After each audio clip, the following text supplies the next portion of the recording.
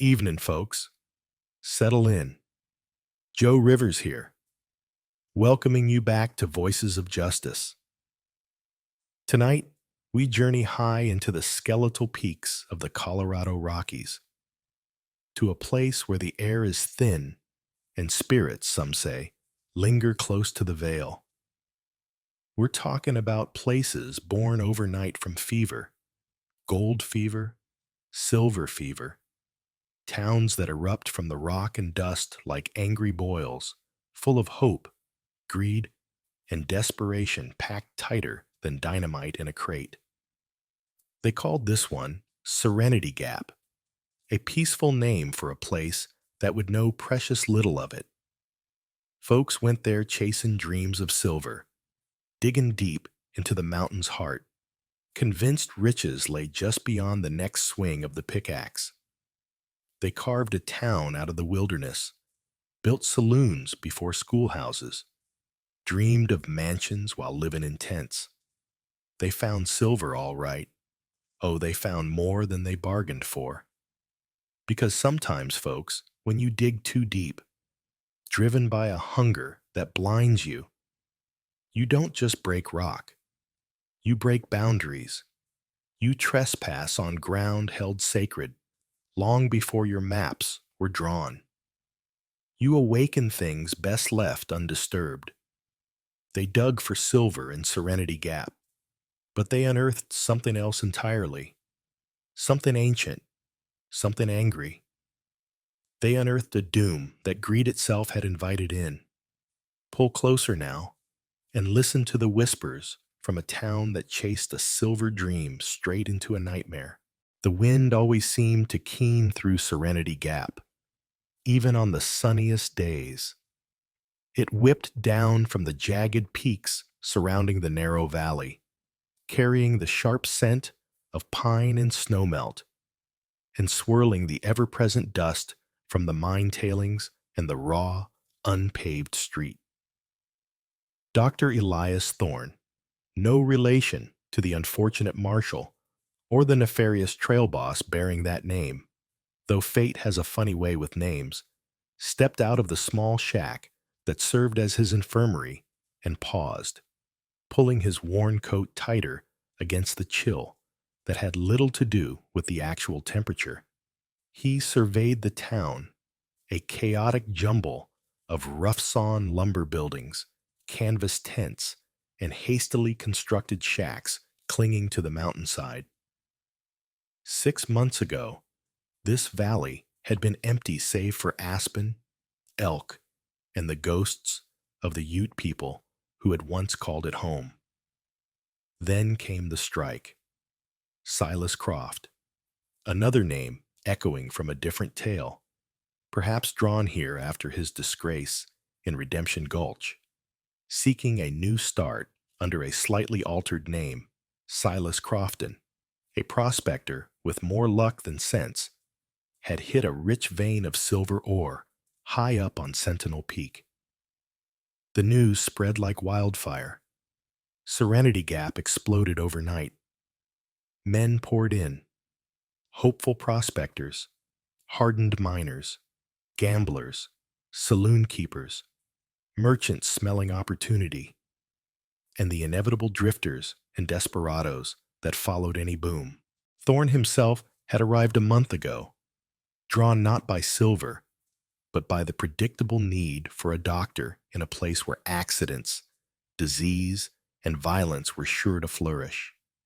He was a man in his early 40s, weary from treating shattered bodies during the war and seeking a quieter practice. He hadn't found quiet, but he'd found need.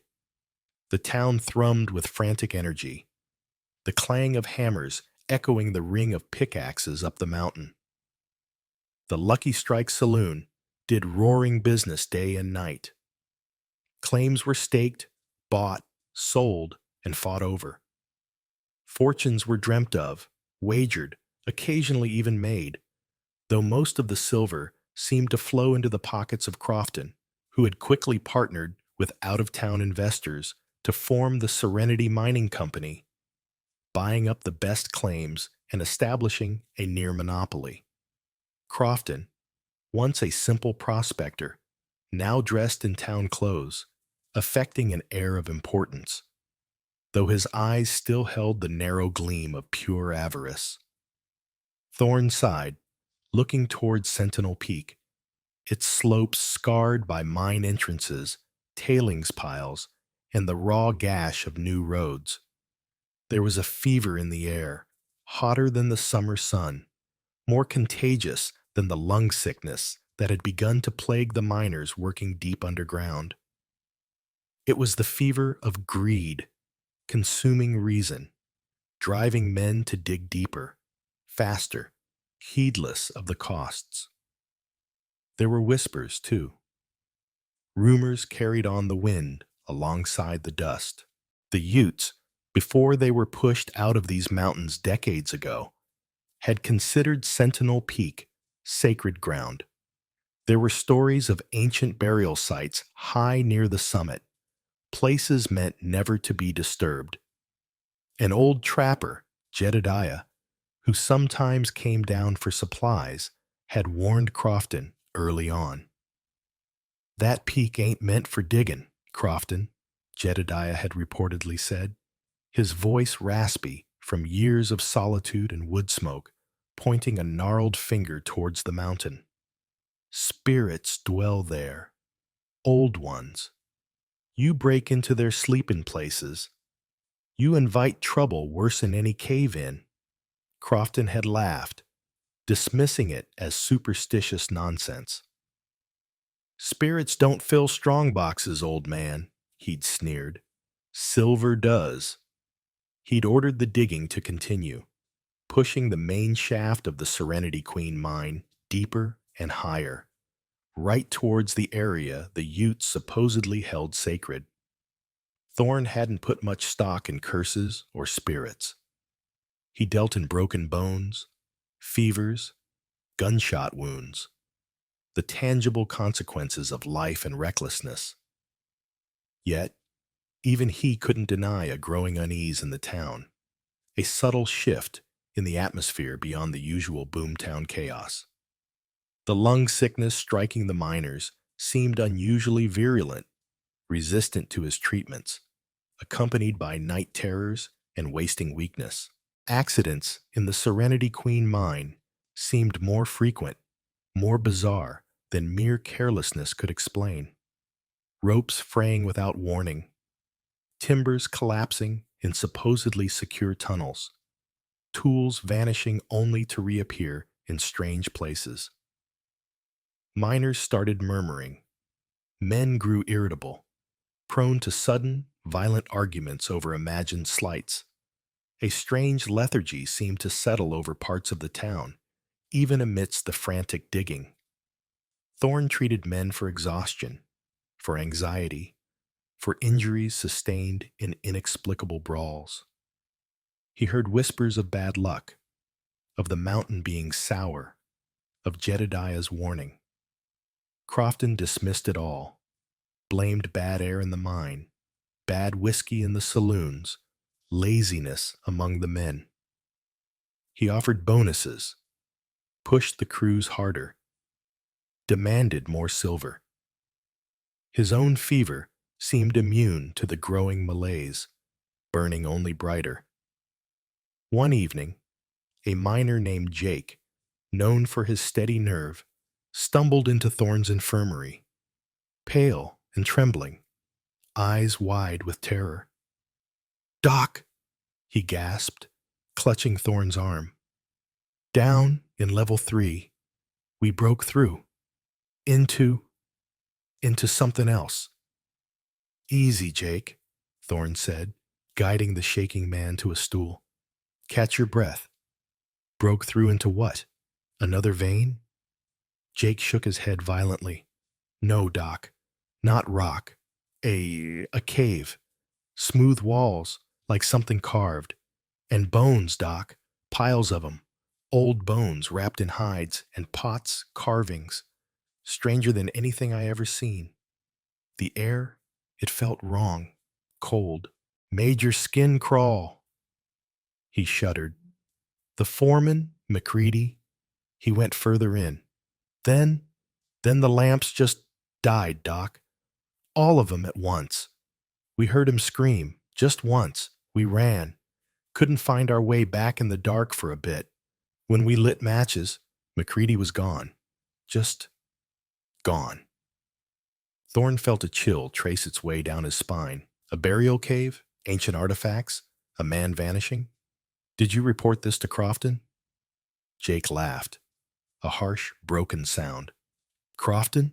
He came down, took one look, told us to seal it up. Boarded over tight. Said it was just an old fissure, unstable ground, maybe a pocket of bad air took McCready. Warned us not to talk about it, said it'd spook the investors, start a panic. Said anyone spreading wild stories would be fired, run out of camp. Jake looked at Thorne, his eyes pleading. But it weren't no fissure, Doc. And it weren't bad air.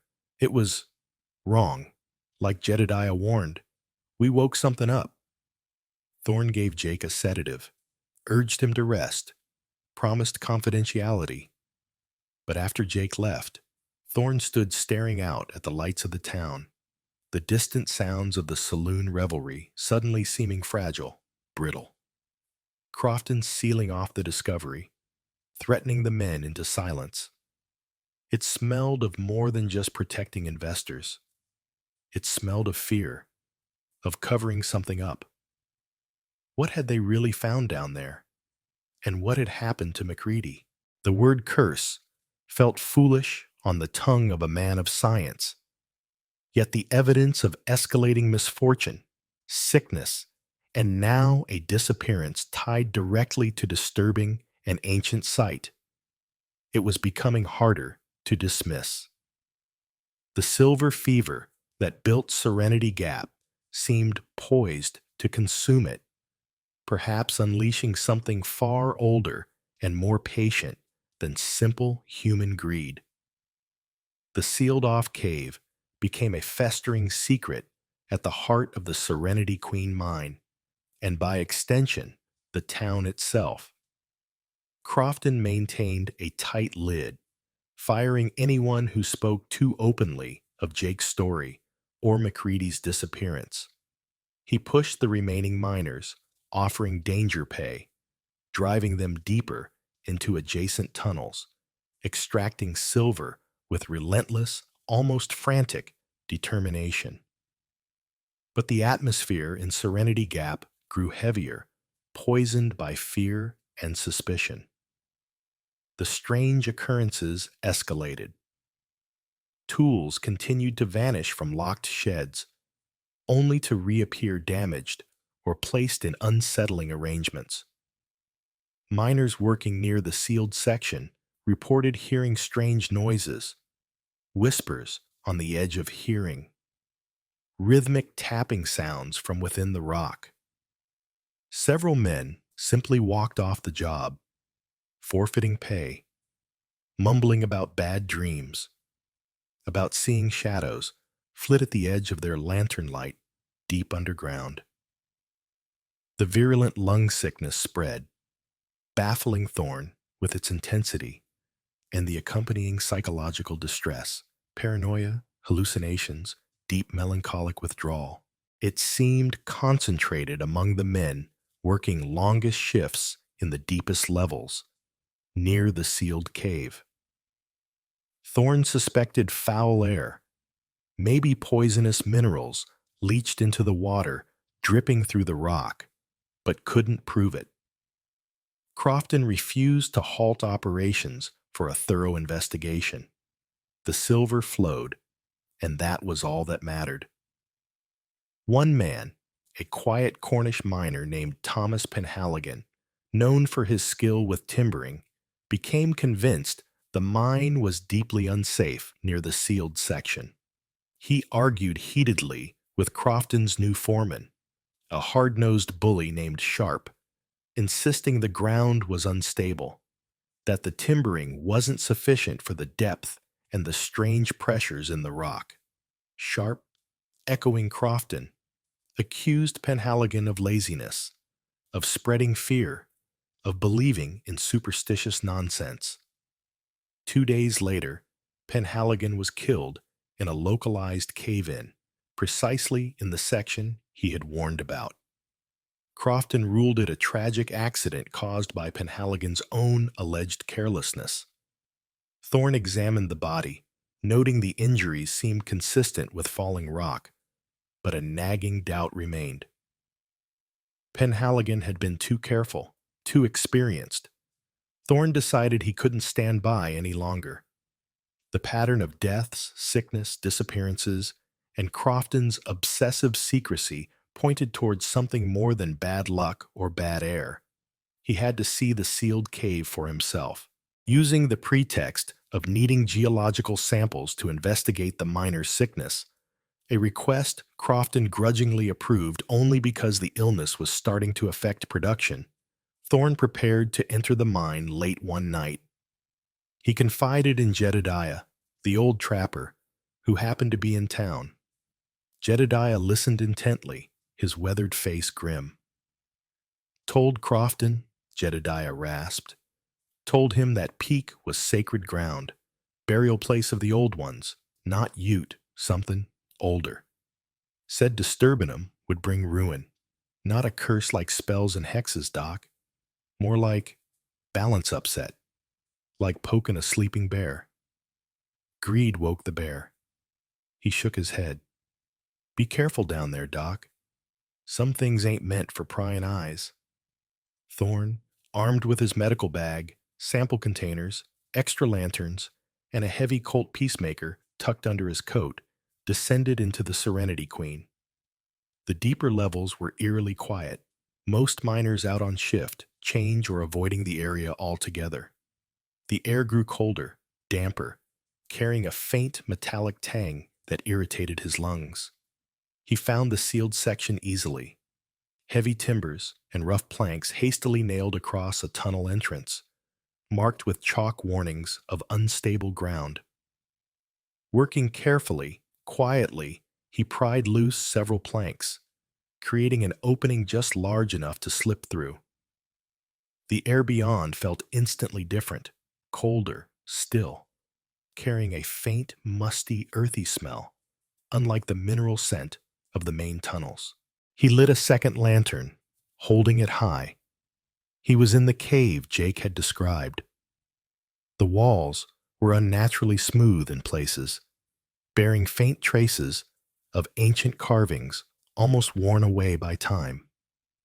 And the bones. They lay in shallow niches along the walls, wrapped in decaying hides or matting, piled in corners. Dozens of them, maybe hundreds, undisturbed for centuries, perhaps millennia. Pottery shards, stone tools, and strangely shaped objects made of bone and dark, polished stone lay scattered among them. It was an ancient, sacred burial site, desecrated by the mine shaft. He moved further in, his lantern casting dancing shadows. He saw signs of the miners' brief intrusion: discarded pickaxes, boot prints in the thick dust. He found no sign of the foreman, McCready, just the silent, watchful dead. As he examined a niche filled with small, delicate bones, children, a wave of profound sadness and anger washed over him. This place demanded respect, not exploitation. Then, his light fell on something near the back wall, partially hidden behind a pile of burial bundles. It wasn't bone or pottery. It glinted faintly. He knelt closer. Several small, crudely refined lumps of raw silver lay on the dusty floor, and beside them, something else. A small, intricately carved wooden flute, clearly Native American, but of a style he didn't recognize as Ute. And next to it, a modern brass casing, a recently fired .44 caliber cartridge. Thorne's blood ran cold. Silver. Someone had been taking silver directly from this sacred place? And a modern cartridge. MacReady hadn't just vanished into thin air or succumbed to bad gas. He'd been shot, murdered, here, in this ancient tomb. Why? To silence him? Had he objected to looting the site, or had he found something else? As Thorne processed this, another glint caught his eye, coming from beneath one of the burial bundles near where MacReady must have fallen. He carefully lifted the fragile, decaying hide. Underneath lay not just bones, but a scattering of small, luminous greenish rocks, unlike anything Thorne had ever seen. They pulsed with a faint, almost undetectable light even in the lantern glow. He cautiously picked one up. It felt strangely cold, unnervingly heavy for its size, and seemed to hum with a barely perceptible vibration in his hand. He had no idea what it was, but his medical knowledge screamed that it was likely radioactive or toxic in some unknown way. Could this be the source of the miner's sickness? Minerals, disturbed from the cave leaching into the mine water, the dust? He suddenly understood Crofton's frantic secrecy, his sealing of the cave, his dismissal of the sickness. Crofton hadn't just stumbled upon silver. He'd stumbled upon this ancient burial site, perhaps looted silver artifacts from it, and in doing so, maybe murdered MacReady to keep it secret. And perhaps, unknowingly, he had also unleashed these strange, possibly poisonous rocks upon his own miners. The curse wasn't supernatural.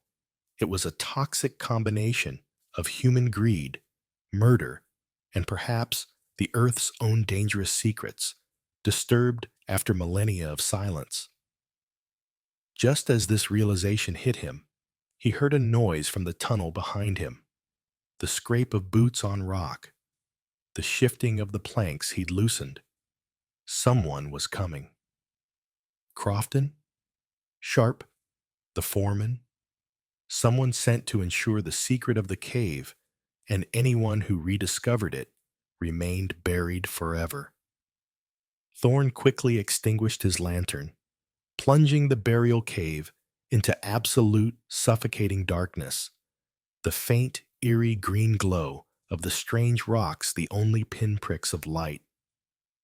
He drew his Colt, flattened himself against the cold stone wall amidst the ancient dead, and waited, his heart pounding, the silence amplifying the sound of approaching footsteps. The tomb had become a trap. Thorne pressed himself against the cold, damp wall of the burial cave, the silence broken only by the faint, unsettling hum of the strange green rocks nearby, and the approaching sounds from the tunnel, the scrape of boots, the rattle of loose stones, heavy breathing. More than one person. He tightened his grip on the Colt, straining his eyes in the near-total darkness, trying to pinpoint where the intruders would emerge. The heavy planks covering the entrance were wrenched aside more forcefully this time, scraping loudly against the rock. Two beams of lantern light stabbed into the darkness, sweeping across the cave, illuminating the scattered bones, the ancient artifacts, the disturbed burial bundles. Thorne held his breath, concealed in the deep shadow behind a large burial niche. Two figures stepped cautiously into the cave. Thorne recognized them immediately. Silas Crofton, his face pale and set in grim lines under his lamplit hat, and Sharp, the thuggish foreman, holding a shotgun loosely but readily. "See?" Crofton hissed, his voice echoing eerily in the confined space. "I told you someone's been poking around. Those planks were moved." He swung his lantern beam towards the back wall, towards the spot where Thorn had found the silver lumps and the strange green rocks. Check if it's still there. All of it. Sharp moved deeper into the cave, his shotgun held at the ready, his own lantern casting jumpy shadows. He knelt near the back wall, pushing aside the burial bundle Thorn had disturbed. "Yeah, boss," Sharp called back, relief evident in his voice. "The shiny stuff's here. And them weird glowing rocks too." He shuddered visibly, even in the dim light. "This place gives me the creeps, boss. Like McCready. Maybe we shouldn't be messing with this stuff." "Don't be a fool, Sharp," Crofton snapped, though his own voice held a nervous tremor. McCready got careless, started talking about reporting this find to the government geologist, spouting nonsense about preservation. Couldn't have that. This whole mountain, the silver, the other finds, it's mine. He swept his lantern beam around the cave possessively. The sickness, the accidents, they're unfortunate but useful, keeps wages down, keeps superstitious fools away. This curse is the best thing that ever happened to my bottom line. His casual admission of exploiting, perhaps even exacerbating, the miner's suffering and the cold confirmation of McCready's murder sent a chill colder than the cave air through Thorn. This man's greed knew no bounds. "What about the doc?" Sharp asked nervously, standing up, still peering uneasily at the glowing rocks. He was asking questions about the sickness, wanting samples from down here. What if he figures it out? What if he finds this place? "That," Crofton said, his voice turning icy, "is why we're here now, Sharp.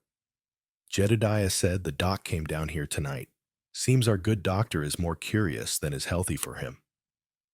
He raised his own lantern, sweeping the beam slowly across the shadowed niches.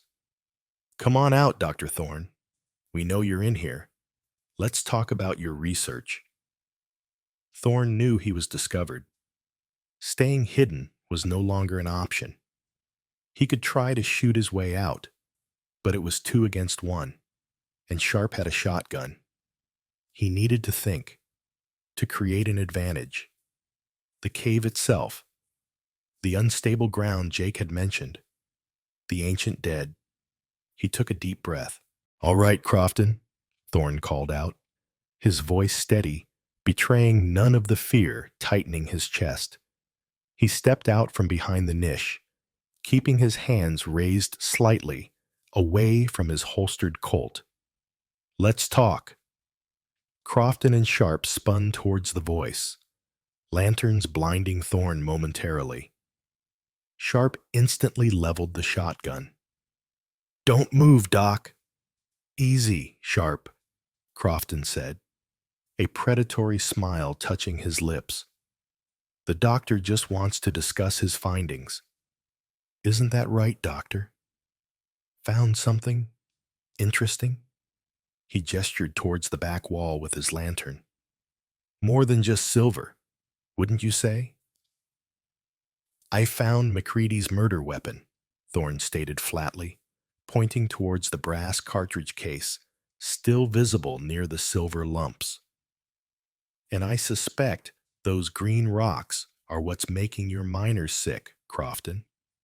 You poisoned them, accidentally or not, digging where you shouldn't have, desecrating this place." Crofton's smile tightened. "Details? Unpleasant, perhaps, but manageable. What matters is the wealth. Enough silver here, and in the main veins, to make me richer than Midas. And these," he looked towards the glowing rocks with avaricious fascination. "Who knows what they're worth? Power, maybe? More valuable than silver. I won't let anyone interfere. Not McCready, not Penhaligon, who got too close to the truth about the cave-in I helped along. And certainly not you, Doctor. So you intend to kill me too?" Bury me here with the others you've silenced? Thorn asked, stalling for time, subtly shifting his weight, gauging the distance, the footing. It seems the most practical solution, Crofton said calmly. Sharp? Sharp took a firmer grip on the shotgun, his knuckles white. But before he could fire, Thorn acted. He kicked out hard, not at Crofton or Sharp, but at a cluster of loose-looking rocks and ancient pottery near the cave wall beside him.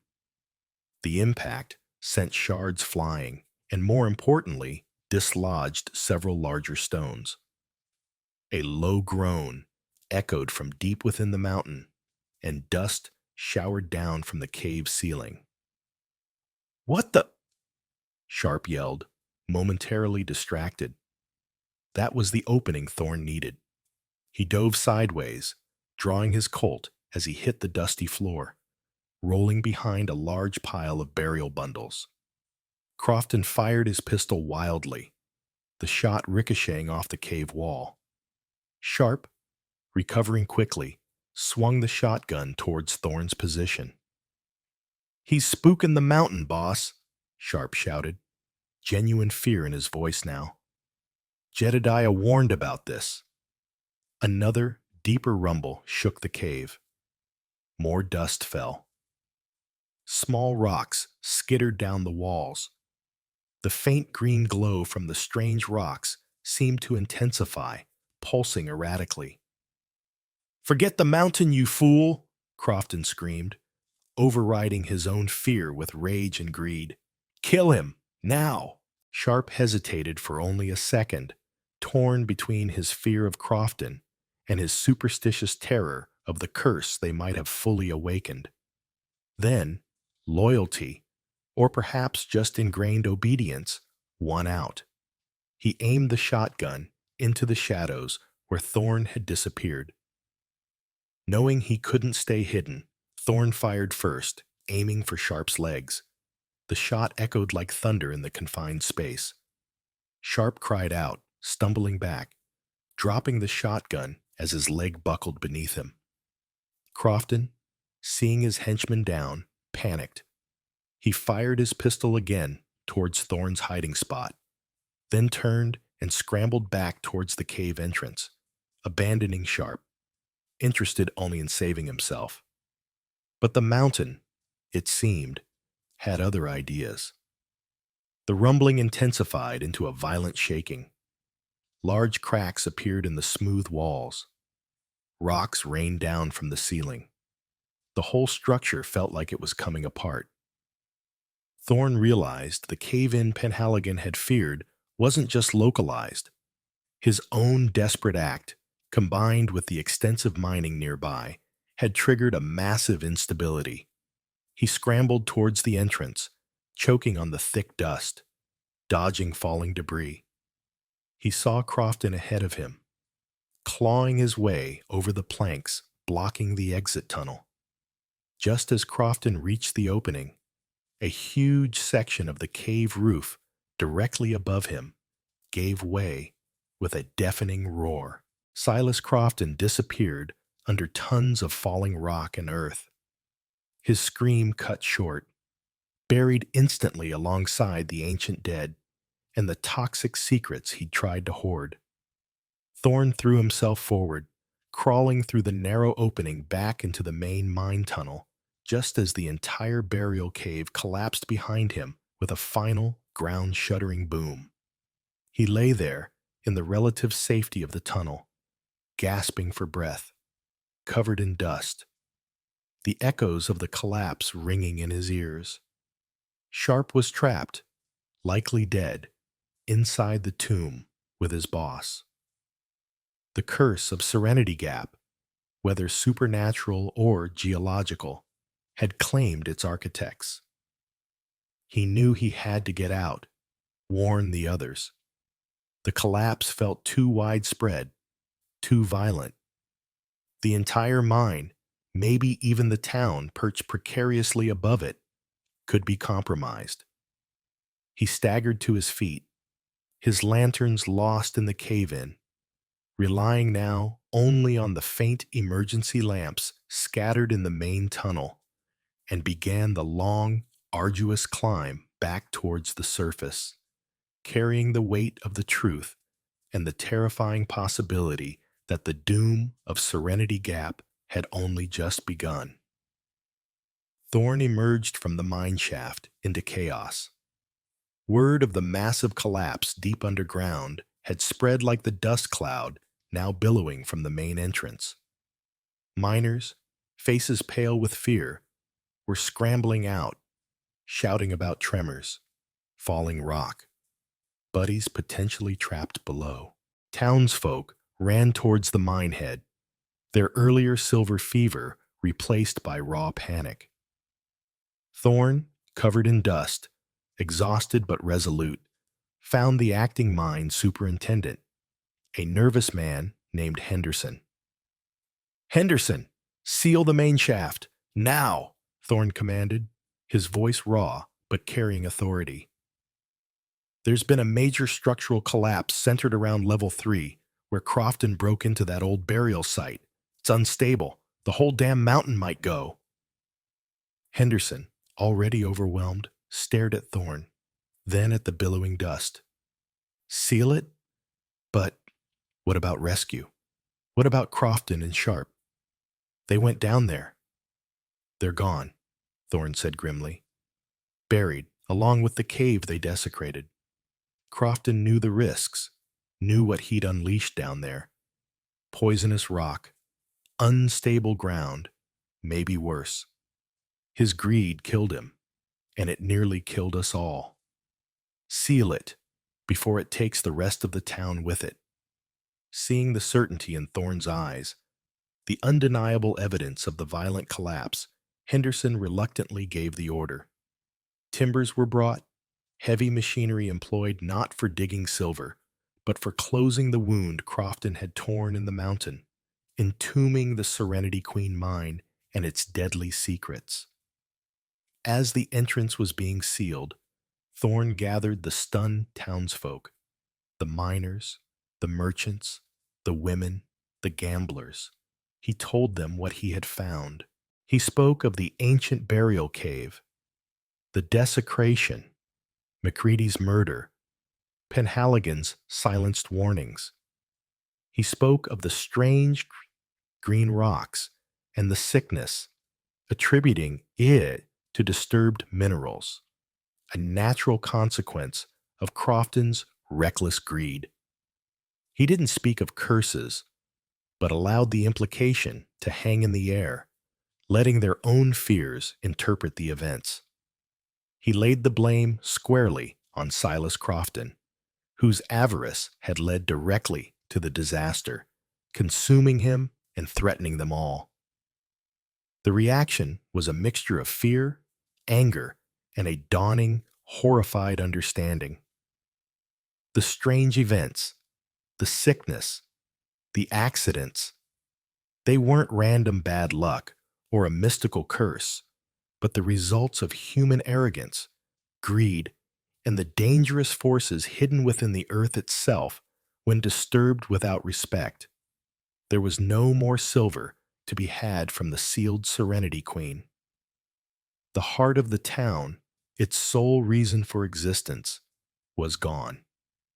With the mine closed, the jobs vanished. The fever broke, replaced by the cold reality of ruin. Serenity Gap began to die as quickly as it had been born. People packed their meager belongings, loaded wagons, shouldered bedrolls. The saloons fell quiet. The hastily built shacks stood empty. Within weeks, the town was emptying out, leaving behind the sealed mine, the tailings piles like funeral mounds, and the wind whistling through deserted streets. Thorn stayed until most had gone, tending to the lingering sick, helping where he could. He saw Jedediah one last time, the old trapper watching the exodus from a nearby ridge. "Told him," Jedediah said, his voice raspy. "Told him not to wake the mountains. Sleep. It wasn't spirits, Jedediah, Thorn said quietly. It was poison rock, unstable ground, Crofton's greed. Jedediah spat into the dust. Maybe. Or maybe the mountain has its own ways of cursing those who don't show respect.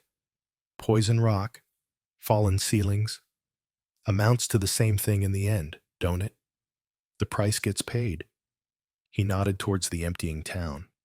They learned that lesson hard. Thorn couldn't argue. He watched the last wagon rattle away, leaving him alone amidst the bones of the dying town. He hadn't sought adventure or riches, only a quiet place to practice medicine.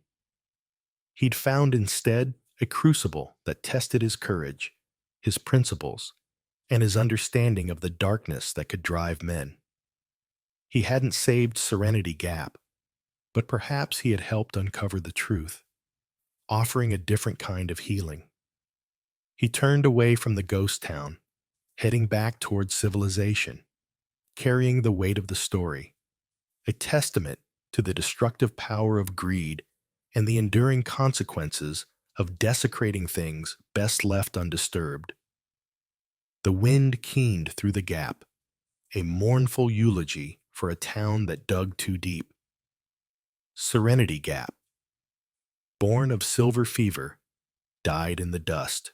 They went looking for riches, folks, drilling deep into the heart of a mountain the Ute people knew to respect, knew to leave be. Silas Crofton, blinded by greed, ignored the warnings, ignored the whispers of the past. He thought he was just breaking rock, but he broke something more fragile, more sacred. He disturbed the sleep of the ancient dead, maybe stirred up poisons locked in the earth for millennia. They called it a curse when things went wrong. The sickness, the accidents, the fear that gripped the town. But was it truly supernatural? Or was the curse just the name they gave to the consequences of their own actions? Dr. Thorne, he saw the human heart of the darkness. Crofton's greed, his willingness to sacrifice men like McCready and Penhaligon, his disregard for the miner's health, all to protect his claim, his secret finds. That's a curse powerful enough on its own, ain't it? Human evil, human arrogance. But maybe old Jedediah was right too. Maybe the earth itself has ways of fighting back when its sacred places are violated, when its slumber is rudely broken by the clang of pickaxes driven by avarice. Maybe the poison rock, the unstable ground, maybe that was the mountain's judgment. Serenity Gap became a ghost town, a hollow monument to the destructive power of unchecked greed. It reminds us that some treasures are best left buried. That progress shouldn't come at the cost of respect. Respect for the land, respect for the past, respect for the boundaries laid down by nature and by those who came before us. When we dig too deep, driven only by the hunger for more, sometimes we don't unearth riches. Sometimes we unearth our own doom. What lessons can we draw from the dust of Serenity Gap today? Think about the mountains in our own world, the resources we exploit, the heritage we sometimes disregard in the name of profit.